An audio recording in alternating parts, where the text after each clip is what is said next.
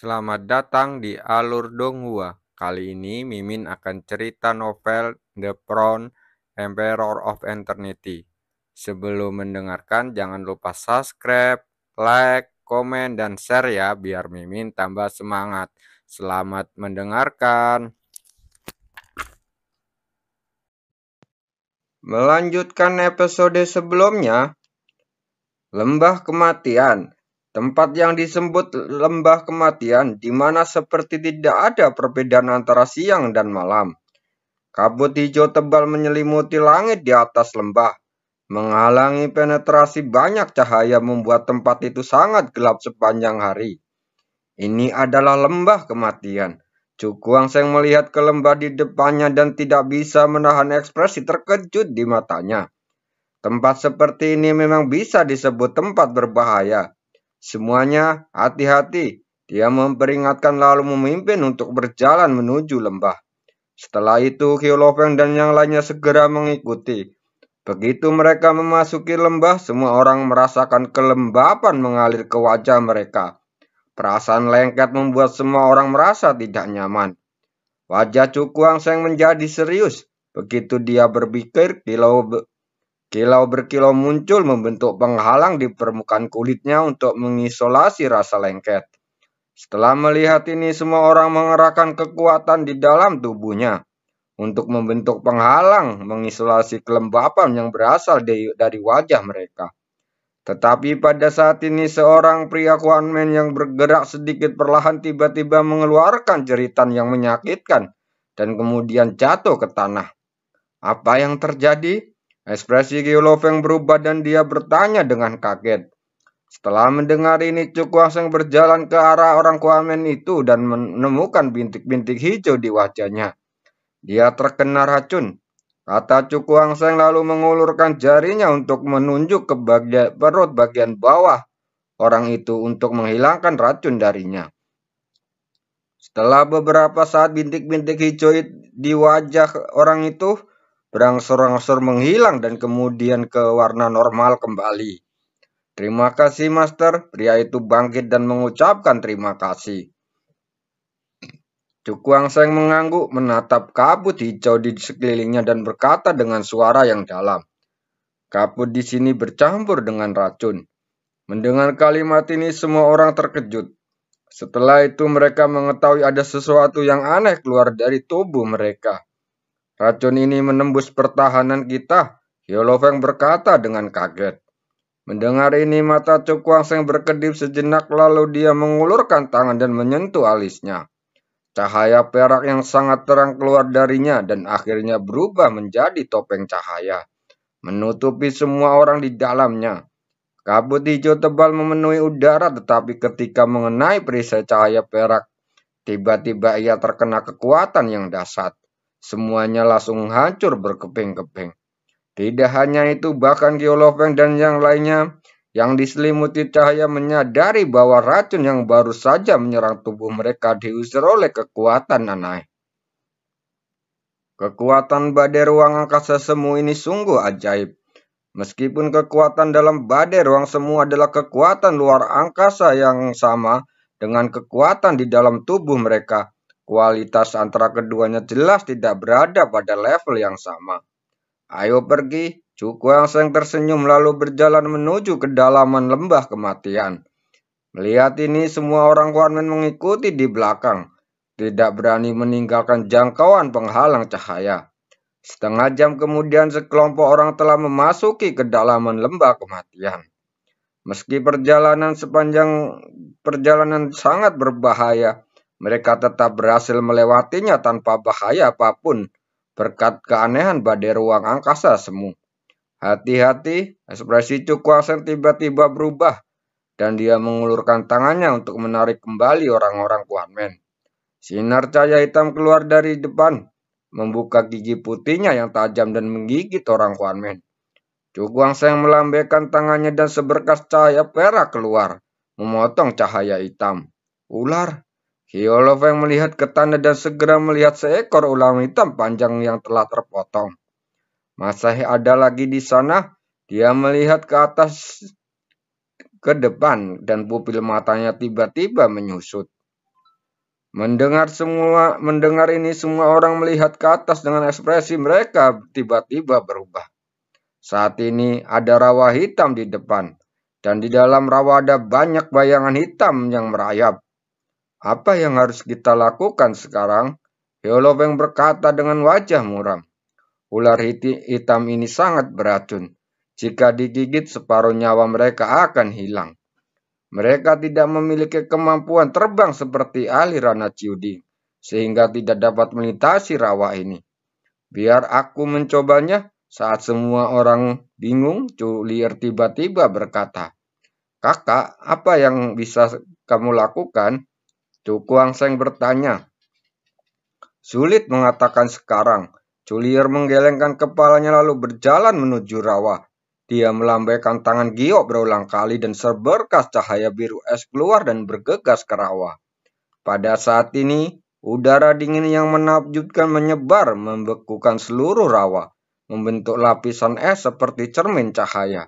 Selesai, mata cantik Culier dipenuhi dengan kegembiraan dan dia berkata kepada semua orang, "Kamu boleh pergi sekarang." Setelah mendengar ini, semua orang tidak bisa menahan ekspresi heran di matanya. Kakak pemimpin sekte mereka juga sedikit jenius, dan dia mampu membuka rawa sebesar itu sendirian. "Kakak, minumlah pil ini." Cukuang Seng datang ketika dia melihat Culier yang tampak sedikit pucat. Dia mengulurkan tangan dan mengambil pil lalu menyerahkannya. Culier mengangguk. Setelah meminum pil itu, dia berjalan ke atas es.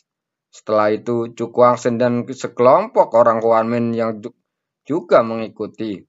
Berjalan di atas es, semua orang melihat ular hitam berbisa di bawah kaki dan tidak bisa menahan perasaan dingin yang meningkat di hatinya.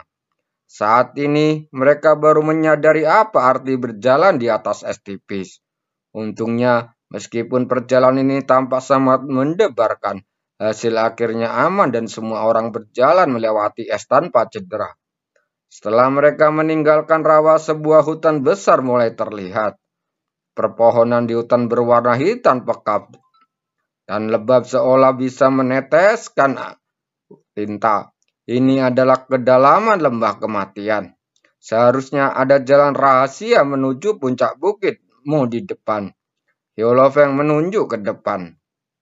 Mendengar ini, Cukuang Seng mengangguk. Saat berikutnya matanya tiba-tiba berkedip. Apa ada yang salah? Melihat penampilannya, Hyolofeng bertanya. Cukuang Seng melihat ke dalam hutan dan berkata dengan suara yang dalam, "Ada gelombang pertempuran datang dari sana." "Pertarungan?" Wajah Hyolofeng terkejut dan kemudian dia berkata dengan gembira, "Apakah mereka dari klan Moling?" Cukuang Seng tersenyum dan ekspresi sedingin es di bibir matanya yang gelap. "Ada juga orang-orang dari sekte Lingwu dan Geng Yan.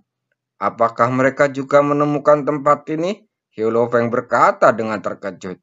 Mendengar ini, Cukuang Seng tersenyum ringan dan berkata, "Dengan metode sekte Lingwu dan Yang Gang, bagaimana Motian bisa dengan mudah menipunya? Ayo pergi dan lihat, jangan tunjukkan wajahmu dulu." Mereka mengatakan. Setelah mengatakan ini, dia berjalan menuju ke dalaman hutan hitam. Melihat ini, Hyolofeng dan banyak orang saling memandang dan kemudian segera mengikuti. Jauh di dalam hutan hitam, terjadi suara keras yang mengguncang langit, menyebabkan bebatuan di sekitarnya berdengung dan bergetar hingga terjatuh di tebing. "Hahaha, kekuatan tuan mudamu sangat bagus," Wuchen berkata sambil tersenyum. "Serahkan batu Yuanling," kata Yan Heng dengan wajah dingin. Mendengar ini, Motian mendengus dingin. Ekspresinya menjadi tidak bersahabat. Dia tidak menyangka bahwa meskipun dia berusaha keras untuk menyembunyikan jejaknya, dia masih akan menjadi sasaran orang-orang dari sekte Lingwu dan Geng Yan. "Berhentilah melawan dengan keras kepala." Yan Heng tersenyum dingin dan berkata, "Orang-orang kuat di Moling itu diblokir oleh Yan Geng dan sekte Lingwu kami. Mereka tidak akan memiliki kesempatan untuk datang menyelamatkanmu." Motiam tersenyum serius dan berkata dengan mata berbinar, "Bisakah kalian berdua mengambil batu Yualing dariku? Apakah itu tidak mungkin?" Yan Heng mencibir lalu menatap wajah Wuhi dan mengangkat kepalanya. Kakinya berjalan menuju Mo Tian. Hari ini saya akan membiarkan Anda melihat kekuatan sebenarnya dari tuan muda ini. Mo Tian berteriak dengan dingin dan tangannya menari seperti angin. Dan seberkas cahaya berwarna tinta keluar dari tubuhnya terjalin dan menyatu di udara. Dalam sekejap mata, sebuah tanda yang sangat misterius muncul di depan mereka bertiga. Ini adalah keterampilan rahasia keluargamu, segel roh iblis. Ucai menatap tanda seperti meringis itu. Pupil matanya tiba-tiba menyisir. Bajingan ini benar-benar berhasil mengelola segel iblis, kata Yang Heng dengan ekspresi murah. Hahaha, kalian berdua tinggallah bersamaku hari ini. Melihat keterkejutan di wajah Wuli dan yang lainnya, Mo Tian mengangkat kepalanya dan tertawa. Saat berikutnya dia menampar dadanya dengan telapak tangannya, dan aliran darah keluar dari mulutnya segera mengalir ke segel iblis. Segel roh iblis bergetar dengan cepat dan akhirnya berubah menjadi aliran darah yang ditembakkan ke tubuh Mo Tian. Dalam sekejap, gelombang aura yang sangat menakutkan menyapu Mo Tian seperti badai, menyebar ke seluruh dunia. Ranah juding tingkat ketiga. Ekspresi Wu Ce dan Yang Heng berubah. Setelah meningkatkan segel roh iblis, kekuatan Mo Tian sebenarnya mencapai ranah juding tingkat ketiga. Pergilah ke neraka. Mo Tian mencibir dan bertepuk tangan, dan gelombang udara yang sangat dahsyat menyapu darinya. Telapak tinta spiritual. Teriakan keras terdengar dan Mo Tian menepuk telapak tangannya ke bawah, dan cahaya warna tinta menyapu menuju langit dan bumi menuju dan mereka berdua. Dimanapun cahaya tinta menyapu, petak-petak pohon kuno berwarna hitam hancur. Di tanah, retakan muncul jatuh demi satu menyebar seperti jaring laba-laba. Tidak bagus, ekspresi mereka berubah dan kekuatan Mo Tian saat ini terlalu kuat untuk dilawan. Serangan dengan seluruh kekuatanmu. Dia dan Yang Heng saling memandang lalu bertepuk tangan dengan kekuatan ruang yang kaya melonjak. Berubah menjadi gelombang besar menduru menuju cahaya berwarna tinta. Keduanya bertabrakan dan suara keras mengguncang bumi terdengar, membuat seluruh bumi bergetar. Saat berikutnya, Wuli dan Yan Heng memuntahkan seteguk darah dan pada saat bersama dan wajah mereka dengan cepat menjadi pucat. Mundur, keduanya saling memandang. Begitu pemikiran ini muncul, mereka berdua berbalik dan lari. Melihat pemandangan ini, mata Mo Tian bersinar, namun dia tidak memilih untuk mengejarnya. Karena saat ini yang terpenting adalah membawa batu Yuanling kembali ke klan Moling dengan selamat. Ayo pergi, dia memandang praktisi Moling lainnya dan berteriak dengan dingin. Setelah mengatakan ini, dia berbalik dan ingin pergi. Hahaha, mengapa tuan mudamu begitu cemas? Terdengar tawa pelan menyebabkan Mo Tian perlahan menarik kembali kakinya dan yang terangkat. Sebenarnya ada orang yang putus asa untuk hidup mereka. Mo Tian tersenyum dingin. Dia mengangkat kepalanya dan melihat ke sumber suara. Ekspresinya segera berubah sedikit. Itu kamu, suatu kehormatan tuan mudamu benar-benar mengingatku. Mengapa tidak ingat? Jika kamu berani menyakiti orang-orang Moling kita, aku akan membuat mereka membayar harga yang sangat mahal. Kemarin aku membiarkanmu pergi sementara waktu, tapi aku tidak menyangka kamu begitu bodoh sehingga kamu datang ke sini untuk mati. Tuan mudamu, aku selalu bersedia membantu orang lain. Chu Kuang-Seng merengkakkan tangannya seperti bersedia melakukan itu. Ada sedikit rasa dinginnya muncul di matanya yang tersenyum. Apa? Kamu juga ingin merebut batu Yuanling di tanganku? Mo Tian berkata dengan sinis. Aku takut dengan kekuatan Anda yang sedikit Anda tidak memenuhi syarat. Mendengar kata-kata ini Chu Kuang-Seng mengangkat bahu memandang Culier dan berkata, Saudari, kamu dan yang lainnya menghentikan orang-orang Moling. Biarkan aku menangani Mo Tian ini. Hati-hati, Julier memberikan instruksi dan kemudian tanpa mengajukan pertanyaan yang lebih, dia mengajak Holoben dan yang lainnya untuk menjegat ahli moling lainnya. Sejujurnya, keberanianmu mengejutkanku. Motian melirik Cukuangseng yang hendak melawan sendirian dan berkata dengan dingin. Tapi pada titik ini dia mengubah nadanya dan berkata sambil mencibir, keberanian harus sesuai dengan kekuatan. Jika tidak, Anda hanya akan menjadi orang bodoh yang tidak tahu apa-apa. Tawa dingin jatuh dan Motian bergegas keluar dan menampar Cukuangseng dengan telapak tangannya. Mati, dia berteriak keras. Cahaya hitam yang luar biasa menyapu, seperti air terjun hitam yang jatuh dari langit, dan bergegas menuju Cukuangseng dengan gemuruh. Menghadapi serangan yang begitu menakutkan, Cukuangseng membalikkan telapak tangannya dan mengeluarkan pedang warna hitam. Dia menggenggam pedang dengan erat dan menggunakan kekuatan tubuh batu Kyokaca untuk menyerang. Cahaya hitam terbuka dan tubuhnya melangkah mundur saat ini, meninggalkan jejak kaki yang dalam di tanah. Pada saat ini, setelah peningkatan mote de rahasia, kultivasi Motian telah meroket ke tingkat yang sangat kuat. Hehehe, sekarang Anda tahu betapa bodohnya perilaku Anda. Wajah Motian dingin dan dia menatap Cukuangseng. Sekarang pergilah ke neraka.